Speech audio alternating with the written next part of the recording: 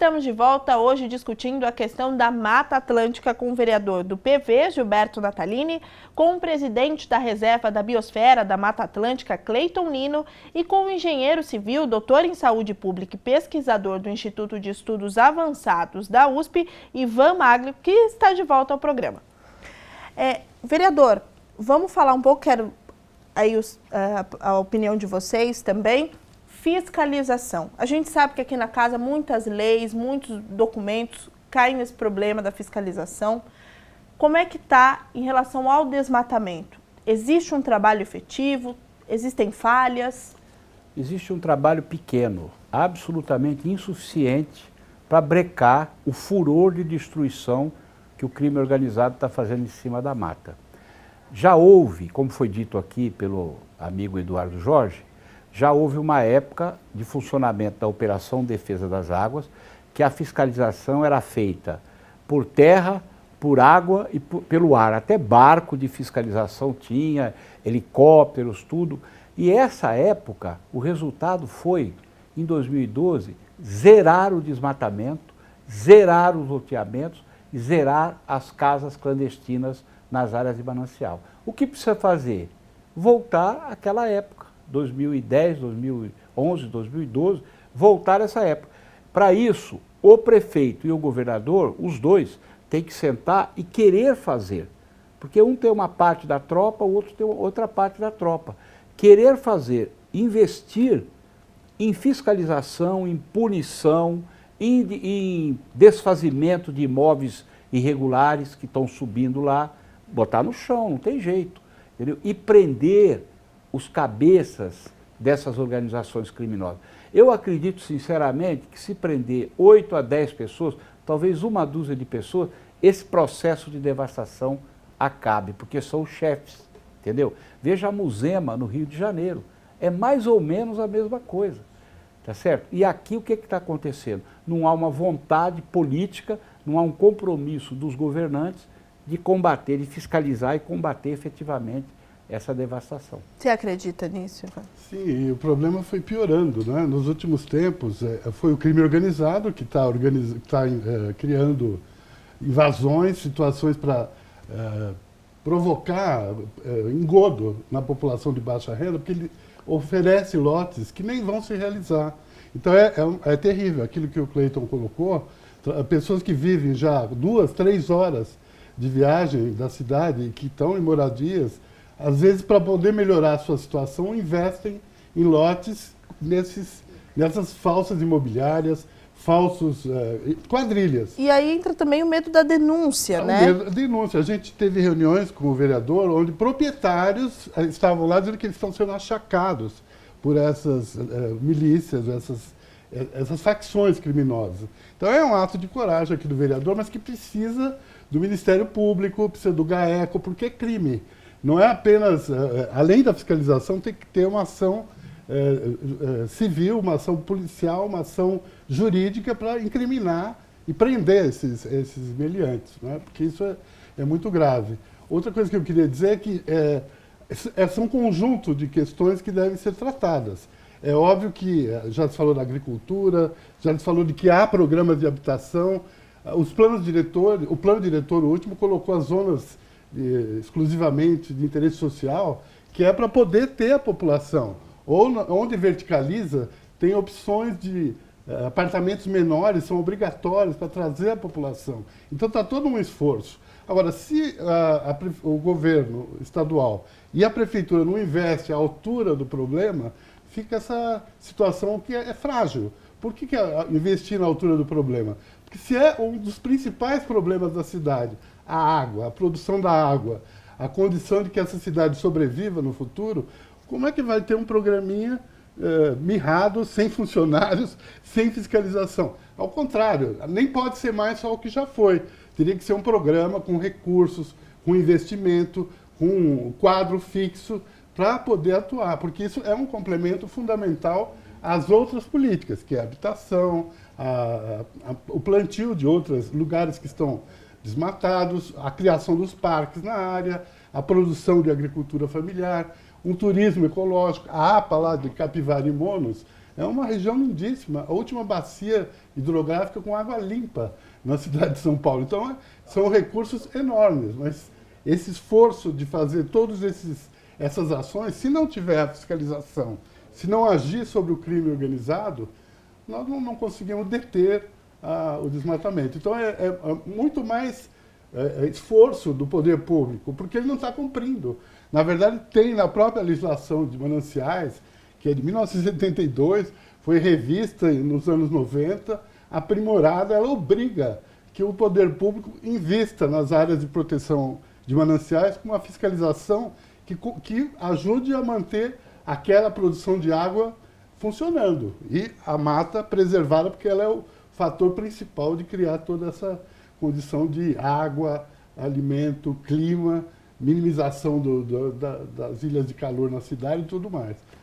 Cleiton, nós falamos aqui dos problemas ambientais que envolvem o desmatamento, falamos sobre a questão das moradinhas clandestinas que envolvem aí o crime organizado. Eu tenho dado de uma ONG chamada Witness, que fala que o Brasil é o 4º país mais perigoso para ativistas ambientalistas. O Brasil nós temos 20 assassinatos que envolvem esses casos por ano. Basta só a polícia para combater todo esse problema? Como é que é uma fiscalização ideal? Ações só da polícia militar, polícia ambiental? Como é que a gente tem uma fiscalização ideal, sendo que envolve tantos aspectos? Então, eu acho que tocou num ponto-chave. Quer dizer, quando a gente fala que assim, é uma questão de polícia, não é uma questão só para a polícia. Antes de mais nada, como disse pelos colegas aqui, é uma questão política, uma vontade política e uma organização do poder público para enfrentar essa situação. Ela é complexa, como já foi dita, e ela está crítica do ponto de vista, inclusive, da segurança. Então, quer dizer, não se trata simplesmente de o gestor de uma unidade de conservação lá. Eles vivem sob ameaça concreta hoje, isso tudo documentado. As pessoas não conseguem trabalhar. Muitas das vezes, associações locais, que já fizeram, inclusive, correspondências formais, né? Dizendo, olha, por favor, olhe pelo nosso bairro, está sendo destruído, etc. Ou não tem resposta, um silêncio conivente, certo? Ou, ao contrário, vem algum recado de, olha, melhor não mexer com isso. Então, realmente passou a ser uma questão de segurança pública no sentido mais amplo que essa palavra tem.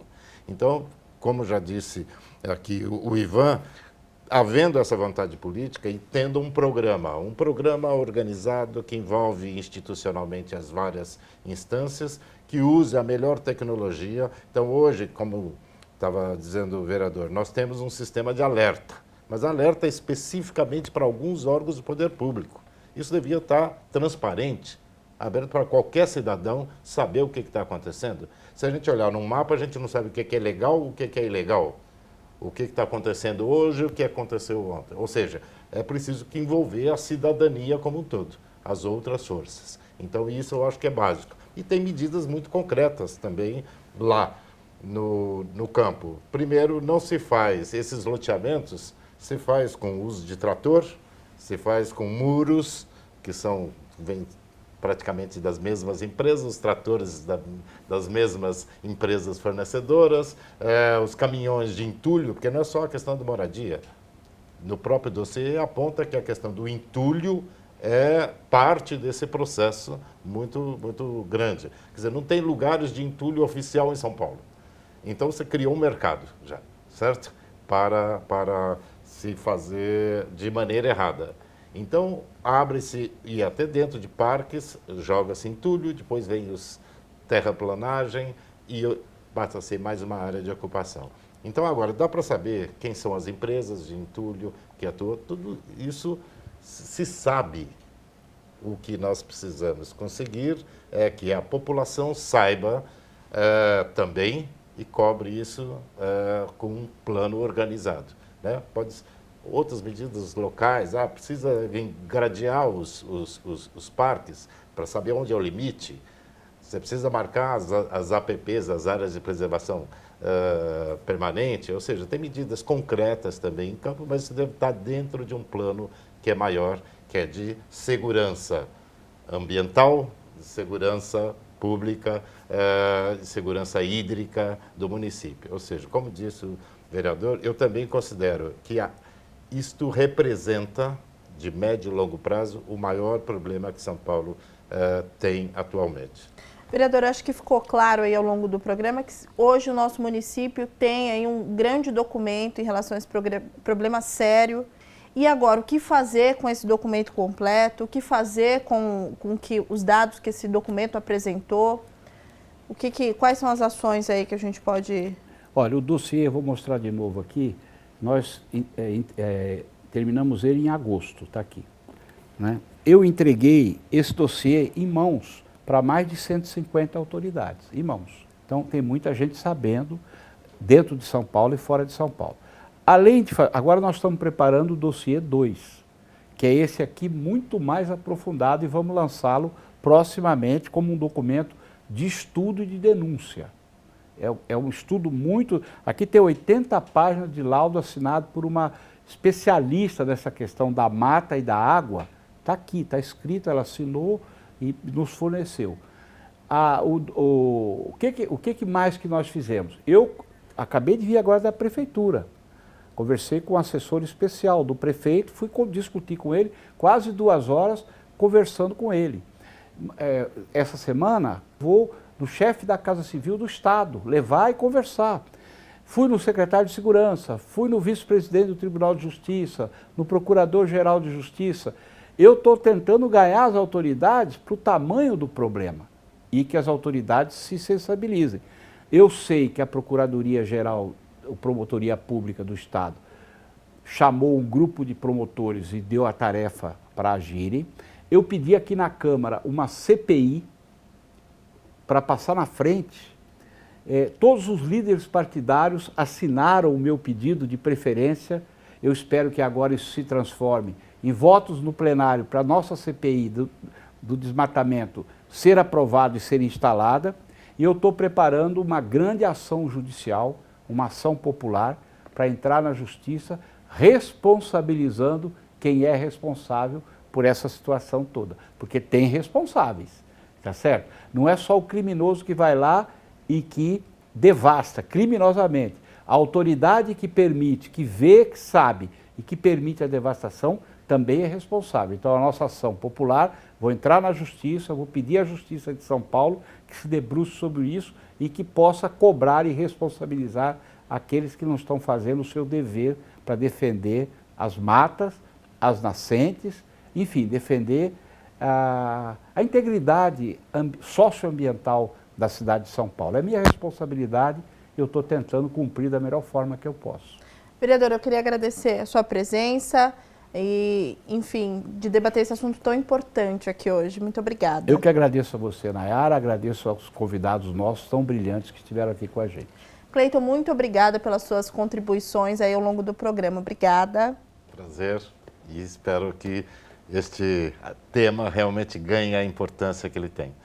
Ivan, muito obrigada. Te esperamos mais vezes aqui na TV Câmara. Obrigada. Muito obrigado. Também espero que esse tema chame a atenção de toda a cidade e aí ocorra uma ação dos governos, porque nós não podemos continuar assim. Sem dúvida, é o que todos nós esperamos.